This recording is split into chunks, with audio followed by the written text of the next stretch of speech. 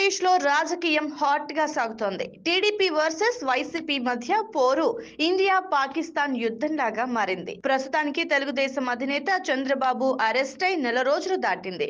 ఇదే కేసులో తెలుగుదేశం జాతీయ ప్రధాన కార్యదర్శి నారా లోకేష్ కూడా అరెస్ట్ కాబోతున్నారని కొద్ది రోజులుగా ప్రచారం జరుగుతూ వస్తోంది. స్వయంగా సిఐడి చీఫ్ మీడియా సమావేశంలో లోకేష్ ని అరెస్ట్ చేస్తామని ప్రకటించారు. లోకేష్ కూడా ముందస్తు బెయిల్ కోసం హైకోర్టులో పిటిషన్ కూడా దాఖలు చేసుకున్నారు. ఈ కేసులో నారా లోకేష్ కి క్లీన్ చీట్ లభించింది. స్వయంగా సిఐడిఏ లోకేష్ ఈ కేసులో నిందితుడు కాదని కోర్టుకి తెలిపింది. గురువారం ఉదయం నుంచి హైకోర్టులో సుదీర్ఘ విచారణ జరగగా మధ్యాహ్నానికి లోకేష్ పై ఉన్న స్కిల్ కేసుని హైకోర్టు క్లోజ్ చేసింది. విచారణ సందర్భంగా సిఐడి లోకేష్ ను స్కిల్ కేసులో నిందితుడిగా తాము చేర్చలేదని చెప్పింది. అసలు లోకేష్ ను ముద్దాయిగా చూపని కారణంగా ఆయన్ను అరెస్టు చేయబోమని కోర్టుకి సిఐడి తెలిపింది. ఒకవేళ ఈ కేసులో నిందితుడిగా చేరిస్తే 41A కింద నోటీసులు ఇస్తామని న్యాయస్థానానికి సిఐడి అధికారులు వెల్లడించారు. నిజానికి చంద్రబాబు అక్రమ అరెస్ట్ అయిన వారానికే నారా లోకేష్ ను కూడా అరెస్టు చేస్తారని అధికార వైసీపీ నేతలు పెద్ద ఎత్తున ప్రచారం చేసినట్టుగా తెలిసిందే. వైసీపీ మంత్రుల నుండి సలహాదారుల వరకు అంతా మీడియా ముందుకొచ్చి లోకేష్ కూడా అరెస్టు కానున్నట్లుగా చెప్పారు. ఒక కేసులో బెయిల్ దక్కినా ఎన్ని కేసులైనా పెట్టి ఆయనను కూడా జైలుకు పంపిస్తామని వైసీపీ నేతలు శపథాలు కూడా చేశారు. అప్పటికి నారా లోకేష్ ఢిల్లీలో ఉన్నారు.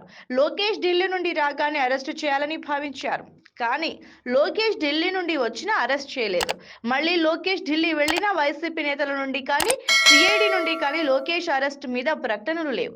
ఇంకా చెప్పాలంటే అసలు ఏమైందో ఏమో కానీ తర్వాత అరెస్ట్ ఊసే లేకుండా పోయింది. అప్పటికే లోకేష్ స్కిల్ డెవలప్మెంట్ కేసులో ఏపీ హైకోర్టులో ముందస్తు బెయిల్ పిటిషన్ కూడా దాఖలు చేశారు. ఈ పిటిషన్ ను ఏపీ హైకోర్టు విచారణకి స్వీకరించింది. ఈ పిటిషన్ పైన ఈ నెల 4న విచారణ జరగగా అప్పుడు గురువారం అక్టోబర్ 12 వరకు అరెస్టు చేయొద్దని సిఐడిని న్యాయస్థానం ఆదేశించింది. నేడు మరోసారి విచారణ జరగగా సిఐడి తరపు లాయర్లు కోర్టుకి తమ వివరణ ఇచ్చారు.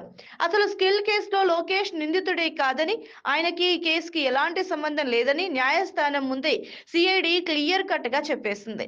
లోకేష్ ను స్కిల్ కేసులో నిందితుడిగా తాము చేర్చలేదని, ముద్దాయిగా చూపని కారణంగా ఆయన అరెస్టు చేయబోమని కోర్టుకి సిఐడి తెలిపింది. దీంతో ఈ కేసులో లోకేష్ కి కంప్లీట్ గా రిలీఫ్ లభించింది. ఇక ఫైబర్ గ్రిడ్ కేసులో లోకేష్ నిందితుడు కాదని చెప్పగా ఇప్పుడు స్కిల్ కేసులో కూడా క్లీన్ చీట్ ఇచ్చారు. స్కిల్ కేసు విషయంలో మొదటి నుంచి అన్ని అనుమానాలే.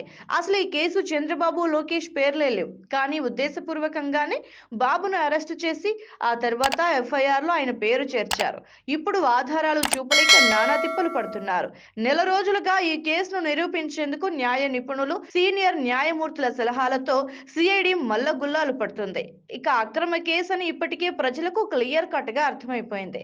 అలాంటిది ఇప్పుడు ఈ కేసులో లోకేష్ ను కూడా అరెస్టు చేస్తే సమస్య మరింత ముదురుతుందని భావించి వెనక్కు తగ్గినట్లుగా పరిశీలకులు విశ్లేషిస్తున్నారు. చంద్రబాబు అరెస్టుతో వైసీపీ తన పతనాన్ని తానే శాసించుకుందని, ఇక లోకేష్ ను కూడా అరెస్టు చేస్తే ఉనికే లేకుండా పోతుందన్న తత్వం బోధపడడంతోనే జగన్ సర్కార్ వెనక్కు తగ్గిందంటున్నారు.